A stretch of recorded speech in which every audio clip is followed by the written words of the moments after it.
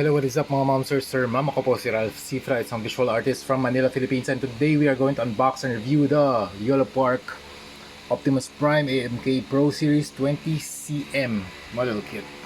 Ayan. Sa likod, meron silang mga box. So dalawa yung, isa yung box, tapos ito yung sleeve. So super nice ng box. Meron siyang line art na holographic dito sa likod. Ay, on the front of the box, it's very nice. And nakalagay din YOLO Park Diecast Optimus Prime AMK Pro 20cm na model kit. So ang height nito ay 20 cm tall. Tapos yung base niya, kinostomize ko na rin just like the Scourge and yung Mirage din na base, kinostom repaint ko na rin. Meron siyang kasamang badge. This is Diecast 2. Ito yung accessories niya, accessory pack, and you also have the manual. And always read the manual for para meron kayong guide sa pag-assemble ng model kit na to or ng collectible. Yan. Meron din sila mga magnetic na mga features para mapailaw yung head.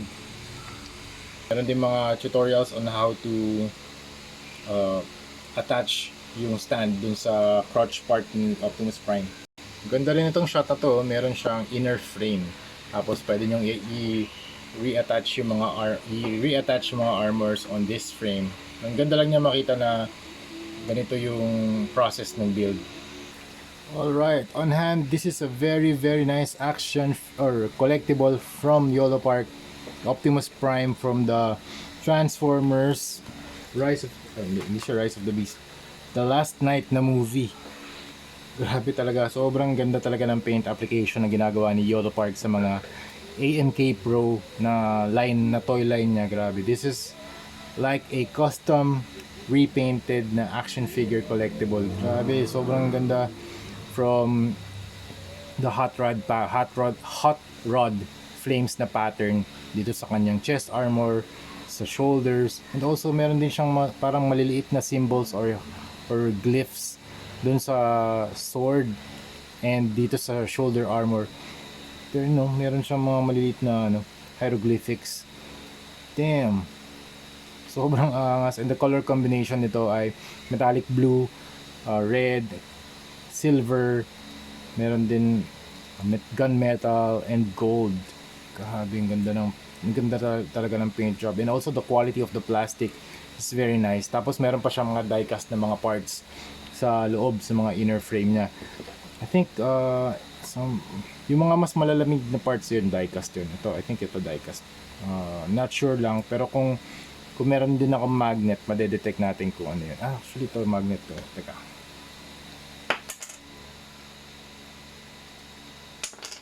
Yung mga nagre-repair kasi. Ayan. Pero ito yung logo dito sa base. Pwede nyo gawing switch dun sa LED ng kanyang eyes. Shout out to YOLO Park dev team or research and development team na kaya nila mag-sculpt or mag-design ng ganitong klaseng model kit or collectible na super intricate. And grabe din yung paint application team nila, paint team na gumagawa ng mga these kinds of paint jobs. Super ganda ng finish. It's a gloss finish, or ito gloss, ito may satin, tapos may konting level din ng weathering.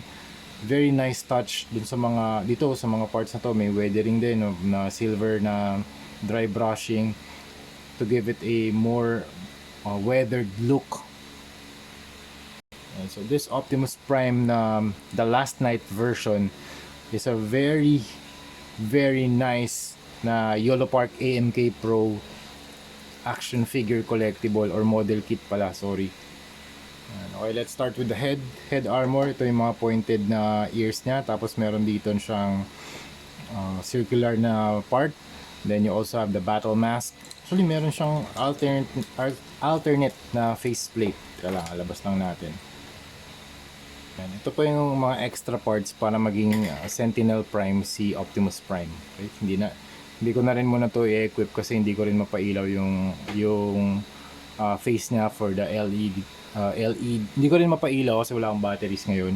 Okay? Pero grabe, ang ganda ng ginawa ni YOLO Park dito, lalong-lalo na sa sculpt and also sa paint application. Grabe. Para siyang custom repaint talaga. Kasi meron siyang touch ng weathering, meron ding gloss, may dry brushing. Yan, tapos dito sa chest meron siyang hot rod na blue naman na pattern. Tapos meron din siyang mga copper na mga cables dito sa chest armor niya. And then look at the inner mechanisms nung actually sa overall na design niya. Super detailed na mga segments ng mga parts kahit dito sa yan, simulan natin dito sa chest. Merong mga gears, merong mga cables.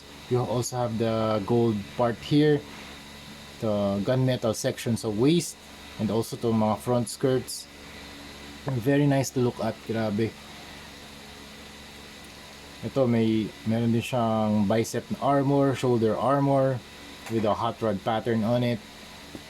Tapos yung costume na niya dito para siyang yun, yung knight armor. Kasi meron parang pointed part dito sa kanyang elbow. And also look at the back. Meron siyang mga smoke pipes at the back. Tapos meron din mga gold na I think dalawa yung color ng hindi. Isa lang yung gold na ginamit nila dito. Pero ang ganda ng mga gold paint details sa mga sections kasi mas nabibigyan yung collectible ng contrast. Ayan, meron din mga metallic blue sa waist, dito sa legs, meron ding red part dito, red section, and then we go down. Very nice legs, very detailed yung mga parts.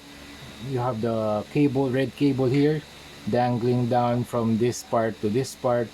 Para magkakabit yung parang nagko-connect itong part na to tsaka dito. And also you have the knee armor, galing, meron pang butas dito.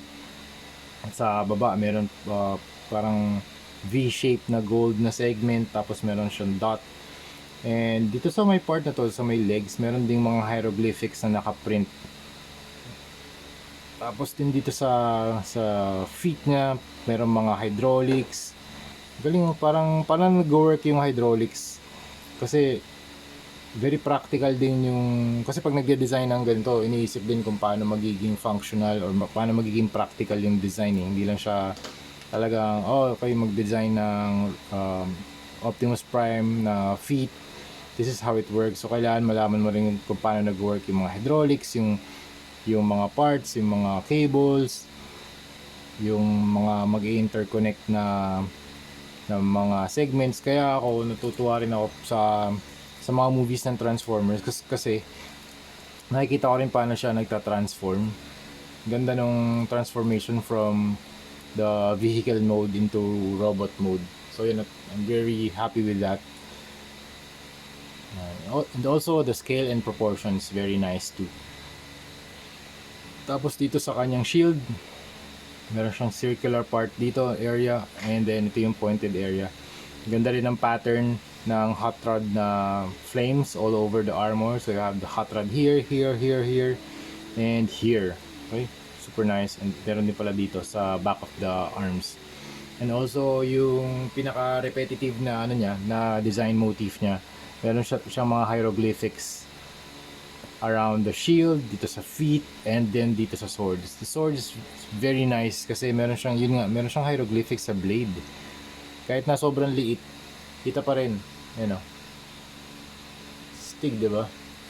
Pa yung accessory niya, isa pang accessory para siyang short blade, okay? Para mas maliit na blade na pwede mong i-equip dito sa kanyang feet. Or sa arms rather. Okay.